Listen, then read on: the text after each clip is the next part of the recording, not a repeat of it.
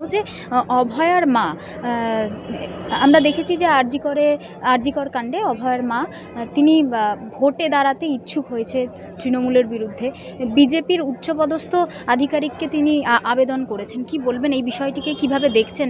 এক পক্ষ এটা নিয়ে একটু বিরোধিতাও করছে। দেখুন, অভয়ার মা একজন সন্তানহারা মা।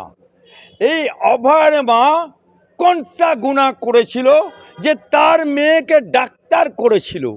সেই ডাক্তার করার অপরাধে সরকারি আরজিকর হসপিটালে কর্মরত অবস্থায় তাকে রেপ হতে হলো, ধর্ষণ হতে হলো সরকারি হাসপাতালে, সুপার স্পেশালিটি হসপিটালে, এবং তাকে মৃত্যুবরণ করতে হলো।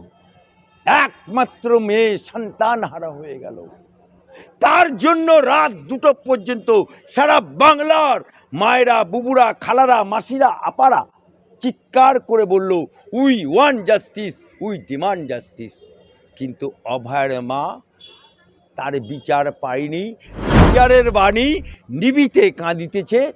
তাই অভয়ার শান্তির কামনার জন্য সে যদি কোনো রাজনৈতিক দলের প্রার্থী হয়, আমি তাকে সেলুট জানাবো, কুর্নিশ জানাবো।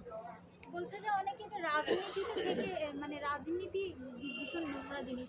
উনি হুট করে এই জিনিসটা দেখুন, রাজনীতি যারা নোংরা বলে, যারা বলে খারাপ, তারাই আগে রাজনীতির পা চাটে। তাই যারা বলছে, বলনেওয়ালা বলবে, শুননেওয়ালা শুনবে, অভয়ার মা কাজ করনেওয়ালা কাজ করবে।